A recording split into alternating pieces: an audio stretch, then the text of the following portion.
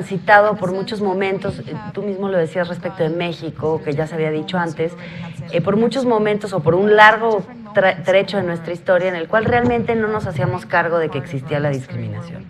Quizá teníamos más estudiada la desigualdad socioeconómica, la pobreza, pero el tema de la discriminación ha sido muy resistente precisamente porque nos ha parecido como una amenaza a la paz, ¿no? Parece como que si problematizas la discriminación, amenazas la paz. Claro, la paz del status quo, en donde unos ganan y otros pierden, pero parece como que estás generando problemáticas que antes no existían, ¿no? Y creo que partiendo de ahí, la lucha antidiscriminatoria pues es una lucha que simplemente para expresarse políticamente no es pacífica, ¿no?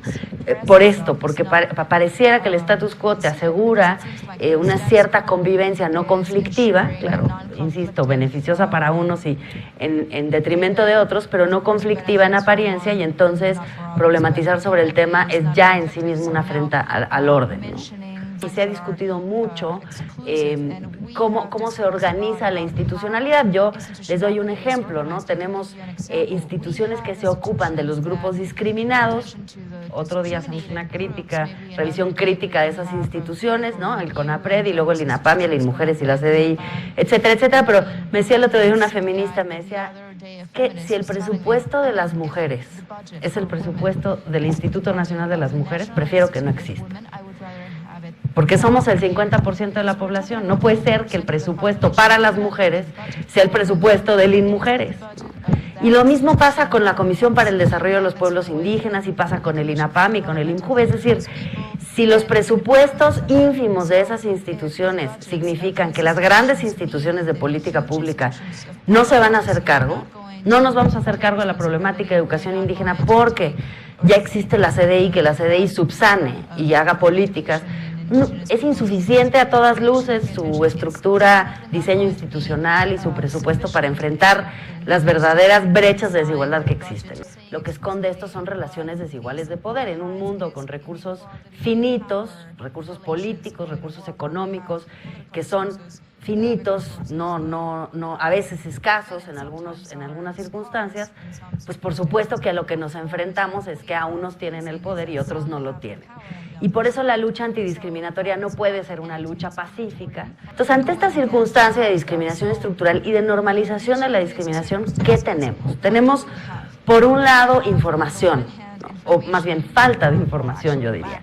Una de las grandes, digamos, cosas, me parece, de los últimos tiempos es haber podido levantar una encuesta nacional sobre discriminación con el Instituto Nacional de Estadística, porque sin información, y no nada más es cuantitativa, también hay que hacer estudios cualitativos. Sin información no podemos ni visibilizar el problema ni empezar a entender cómo atenderlo. Por ejemplo, más de 3 de cada 10, 34% de la población cree, de acuerdo con la encuesta, son 40,000 viviendas y más de 100,000 personas, entonces tiene representatividad y no tenemos ese problema, ¿no?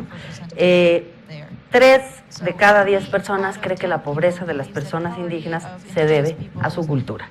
Eso es lo que dijeron. 3 de cada 10, es inmenso, ¿no? ¿Cuál es la brecha de desigualdad? ¿A qué nos referimos con brecha? ¿Cuál es la distancia entre un grupo de población y otro? 8 de cada 10 personas hablantes de lengua indígena viven en pobreza, mientras que entre la población no hablante de lengua indígena, 4 de cada 10 viven en pobreza. Y lo que hicimos es que en 8 ámbitos seleccionados, detectamos muchos más, pero en 8 ámbitos seleccionados, salud, educación, trabajo, seguridad social, acceso a la justicia, mercado de bienes y servicios, medios de comunicación, etcétera, lo que hicimos fue reconstruir para entender cuáles son las prácticas discriminatorias hacia varios grupos, no nada más hacia uno, sino hacia varios grupos, para el acceso al servicio o digamos al derecho o al ámbito, para la permanencia y el ascenso adentro del propio ámbito o para la obtención de bienes, servicios, beneficios adentro de ese ámbito. Les doy un ejemplo, llegamos a alrededor de 12, 15 prácticas por ámbito y esa es nuestra agenda para que el nuevo Plan Nacional de Desarrollo y las nuevas políticas públicas que van a iniciar ahora en unas semanas puedan tomar en cuenta cuáles son las barreras de acceso a los derechos que eliminándolas pudieran tener un impacto enorme sobre la vida de las personas que pertenecen a los grupos históricamente discriminados en México.